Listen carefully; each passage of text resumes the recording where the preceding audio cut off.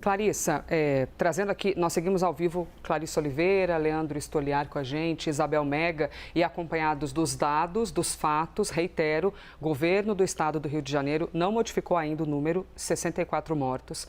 Defensoria Pública do Rio de Janeiro, por meio da apuração da Tainá Falcão, divulgou 132 mortos, que é uma conta que cai na mesa de quem, eu falei antes aqui, né, e reitero, quando você é eleito por um cargo público, você tem de responder por tudo aquilo que acontece no seu estado, no seu país e tudo mais. E as responsabilidades pelas operações, inclusive nós tivemos aqui os policiais mortos. Até então, 4 policiais que estavam trabalhando e perderam a vida nesse combate que a gente não consegue ver o fim do túnel, que é o crime organizado, né? Se alguém vai chamar de eficaz o que aconteceu, se isso de alguma maneira vai reduzir as estatísticas do crime, se vai fazer a diferença para o Rio de Janeiro e se todos os mortos eram de fato investigados, criminosos ou se gente inocente morreu no meio disso tudo. O governador do Rio de Janeiro, quando ele fez aquela fala, que inclusive foi durante o live, nós estávamos aqui juntas, né? E estamos aqui na expectativa, depois ele também deu entrevista para a gente, conversou com o Kleber Rodrigues e tudo mais. Ele reiterou inúmeras vezes que foi uma operação que o Rio de Janeiro estava sozinho, né? Sem o governo federal.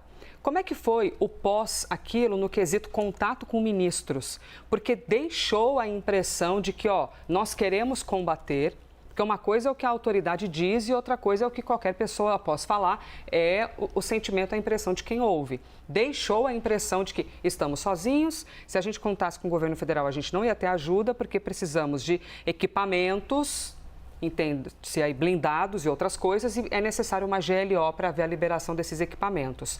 Qual foi o efeito após isso tudo? Chegaram a se falar, né, o governador e alguns ministros. Então, Elisa, ficou ali na fala do governador Cláudio Castro muito evidente ontem a ideia de transferir pelo menos parte da responsabilidade pelo que está acontecendo no Rio de Janeiro para o governo federal.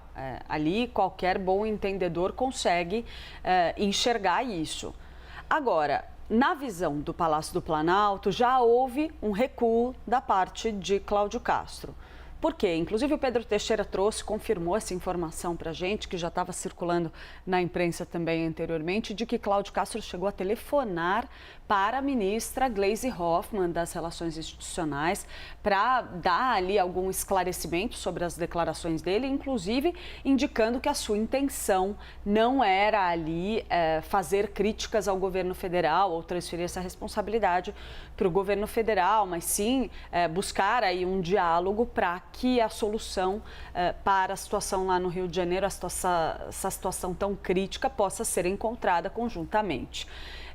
Esse foi o teor da conversa, relato do Pedro Teixeira está lá no nosso site para quem quiser checar mais detalhes, mas no entorno do presidente Lula, hoje de manhã cedinho pelas conversas que eu tive, Elisa, já tinha essa sensação de que Cláudio Castro resolveu baixar a bola. Esse foi o termo utilizado em uma das conversas que eu tive.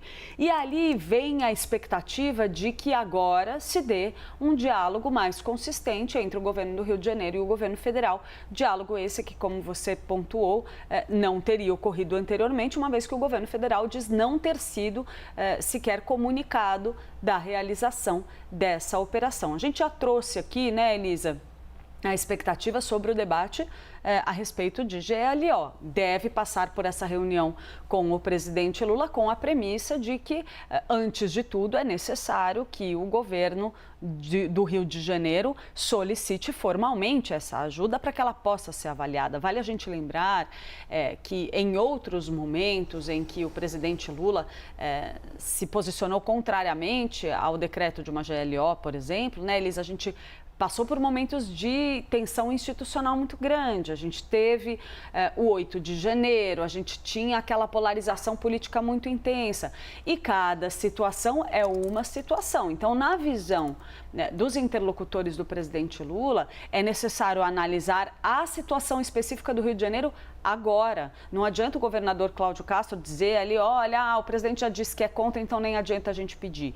Não tem essa posição, pelo menos neste momento, dentro do Palácio do Planalto, pelos relatos que eu tenho. Muito pelo contrário, ressalta-se ali que em ocasiões anteriores, quando foi considerado indispensável, o presidente da República endossou, decretou uma GLO e viabilizou a atuação das Forças Armadas em determinadas regiões. A gente tem, por exemplo, vale a gente lembrar aquela GLO que vale para portos e aeroportos, que também está relacionada à atuação do crime organizado, que não só foi editada pelo presidente Lula, como também chegou a ser prorrogada. A gente tem também GLOs que tratam de eventos específicos. A gente teve no Brasil reunião do G20, teve reunião dos BRICS.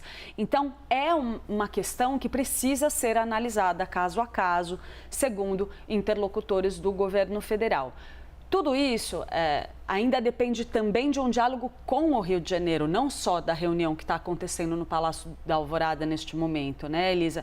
E tanto é que a gente tem ali uma expectativa para saber direito se o ministro Ricardo Lewandowski vai ao Rio de Janeiro, vai ter essa conversa mesmo com a equipe de Cláudio Castro, o próprio governador Cláudio Castro, para entender de fato até que ponto há essa solicitação, porque o governo federal entende que é muito importante que Cláudio Castro faça ele próprio formalmente um pedido, inclusive porque aí vem a responsabilidade política pelo que está acontecendo lá no Rio de Janeiro.